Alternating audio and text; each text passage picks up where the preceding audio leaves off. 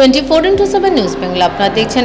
এই মুহূর্তে আমি রয়েছে কলকাতা রোটারি সদন, যেখানে অলোক ফাউন্ডেশন ও রোটারি ক্লাব ক্যালকাটা সুন্দরবনের পক্ষ থেকে মেন্টাল হেলথ ও ফিজিক্যাল হেলথ বিষয়ে অনুষ্ঠিত হলো এক প্যানেল ডিসকাশন। আসুন দেখে নিই তারই কিছু মুহূর্ত।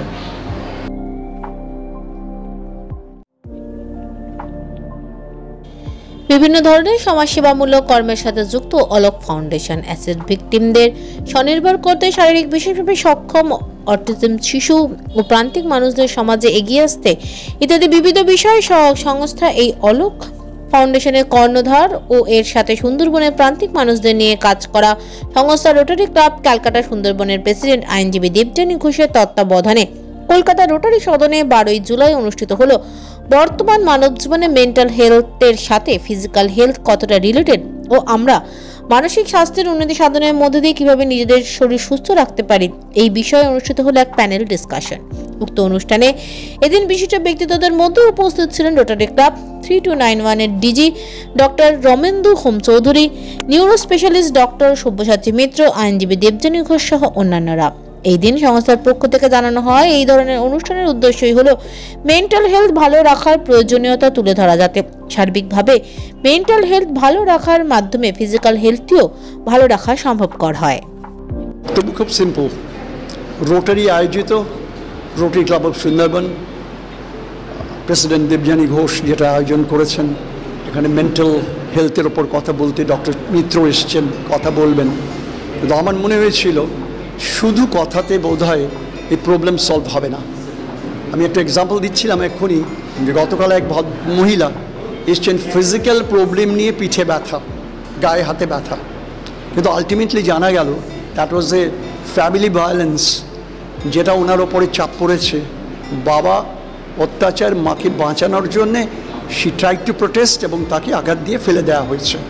সো উনি কিন্তু ভুগছেন মেন্টাল ট্রমাতে, যদিও ফিজিক্যাল ট্রমা নিয়ে তার এক্সপ্রেশন। তো সেখানে how to solve that one, সেখানে আমাদের অ্যাওয়ারনেস প্রোগ্রাম যেরকম থাকবে, তার সাথে অ্যাক্টিভ কিছু জিনিস হয়তো ভাবার আছে। বীরাঙ্গনা বলে আমরা একটা প্রোগ্রাম করি, সেলফ ডিফেন্স প্রোগ্রাম, কিন্তু এগুলো সব থিওরিটিক্যাল হচ্ছে। এক একটা স্কুল বা কলেজে দিনে একবার করে, মাসে একবার বা বছরে একবার ট্রেনিং হচ্ছে। আমার কিন্তু ফিজিক্যাল ট্রেনিং সেরকম হচ্ছে না। আমার মনে হয় আজকের প্রোগ্রামটা যেমন ফিজিক্যাল আর মেন্টাল তফাতে বোঝানোর জন্যে, আমাদের যে কোনো একটা প্রবলেম সম্বন্ধে মেন্টালি আমরা কতটুকু অ্যাওয়্যার আর আমরা কতটুকু প্রোটেস্ট করতে পারছি এবং জেনুইনলি প্রোটেস্ট করতে পারছি কিনা। একটি লোক তার মেয়েটির মায়ের ওপরে অত্যাচার করছে for last so many years, মেয়েটা দেখছে, শান্তভাবে প্রোটেস্ট করছে, ধাক্কা খেয়ে পড়ে গিয়ে ওর হাড়ও ভেঙে গেল। এর চেয়ে ম্যাক্সিমাম তার কিছু হতে পারে না। আমার তো মনে হয় সেখানে ওর মেয়েটি রুখে দাঁড়ানো দরকার, সেখানে ওর বাবা বলে কথা নয়, কারণ তার মা অত্যাচারিত হচ্ছে। এই যে মেন্টাল মেকআপটা, একটা সলিড সঠিক মেন্টাল মেকআপ আমাদের সবার করা দরকার। দেখুন, আমাদের সবসময় মনে রাখতে হবে যে ব্রেন ইজ দ্য ড্রাইভার, আর brain, a functioning brain is the mind. সুতরাং আমরা যা চিন্তা করব সেটাই কিন্তু আমাদের শরীরকে, মনকে এফেক্ট করবে। অনেক অসুখ আছে যেখানে মেন্টাল হেলথের ট্রিটমেন্ট না করলে সেই অসুখগুলো সারে না। সুতরাং মনের খেয়াল আমাদের রাখতে হবে, মানসিকভাবে ভালো থাকতে হবে, সামাজিক সুস্থতার জন্য, শারীরিক সুস্থতার জন্য, আত্মিক সুস্থতার জন্য। সুতরাং হোলিস্টিক হেলথ বলতে আমরা যেটা বলি, that includes physical health, mental health, social health and emotional health.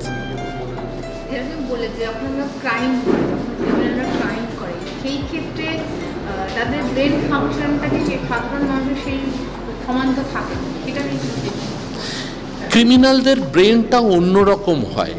একটা ওয়ান অফ ক্রিমিনালকে এখানে আমি টানবো না, কিন্তু যারা রিপিট অফেন্ডার তাদের কিন্তু আমরা দেখি যে ব্রেনের স্ট্রাকচারটা অন্যদের থেকে ভিন্ন, এবং সেই জন্যই তাদের রিওয়ার্ড সিস্টেম, অর্থাৎ ব্রেনটা যে রিওয়ার্ড এক্সপিরিয়েন্স করে, তাদের ওরকম ভালো খাবার খেয়ে, ভালো জামা কাপড় পরে তারা ওই আত্মতুষ্টিটা পায় না। তারা আত্মতুষ্টি পায় খারাপ কাজ করে, যেটা সমাজ বলে করা উচিত না, সামাজিক বহির্ভূত কাজ করে। এবং সেই জন্যই যেহেতু তাদের ব্রেনটা অন্যরকমভাবে কাজ করে, সেই জন্যই তারা রিপিটেডলি একই কাজ করতে থাকে, যেটাকে আমরা রিপিট অফেন্ডিং বলি। তাদের কোনো রিমর্স থাকে না, অনুশোচনা থাকে না, তারা ভাবেও না যে এটা খারাপ এবং এটা করা উচিত না।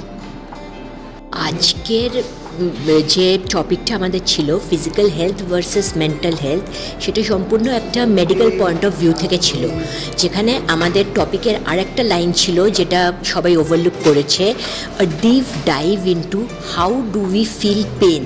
আমাদের কষ্ট কেন হয়, শারীরিক কষ্ট কেন হয়, মানসিক কষ্ট কেন হয়।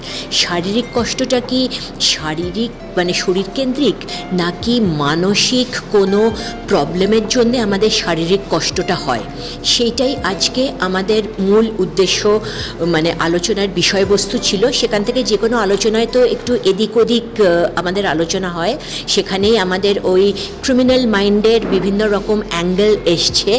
তো লিগ্যালিটির সঙ্গে তার অ্যাবসলিউটলি কোনো সম্পর্ক নেই। ক্রাইম যেগুলো সোসাইটিতে রয়েছে সেগুলোকে ঠিকমতো কন্ট্রোল করা বা সেগুলোকে ঠিকমতো দেখাশোনা তো হবে না, মানে কন্ট্রোল করার জন্য আমাদের প্রপার লিগ্যাল সিস্টেম রয়েছে, ল রয়েছে।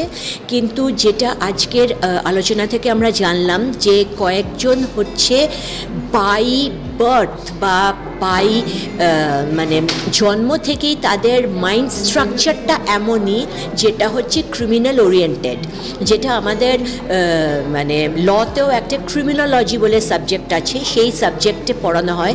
এটা সোশিওলজিরও একটা পার্ট, ক্রিমিনোলজি, যেখানে ক্রিমিনালদের নিয়ে বিভিন্ন রকম অ্যানালিসিস বা যেটা করা হয়।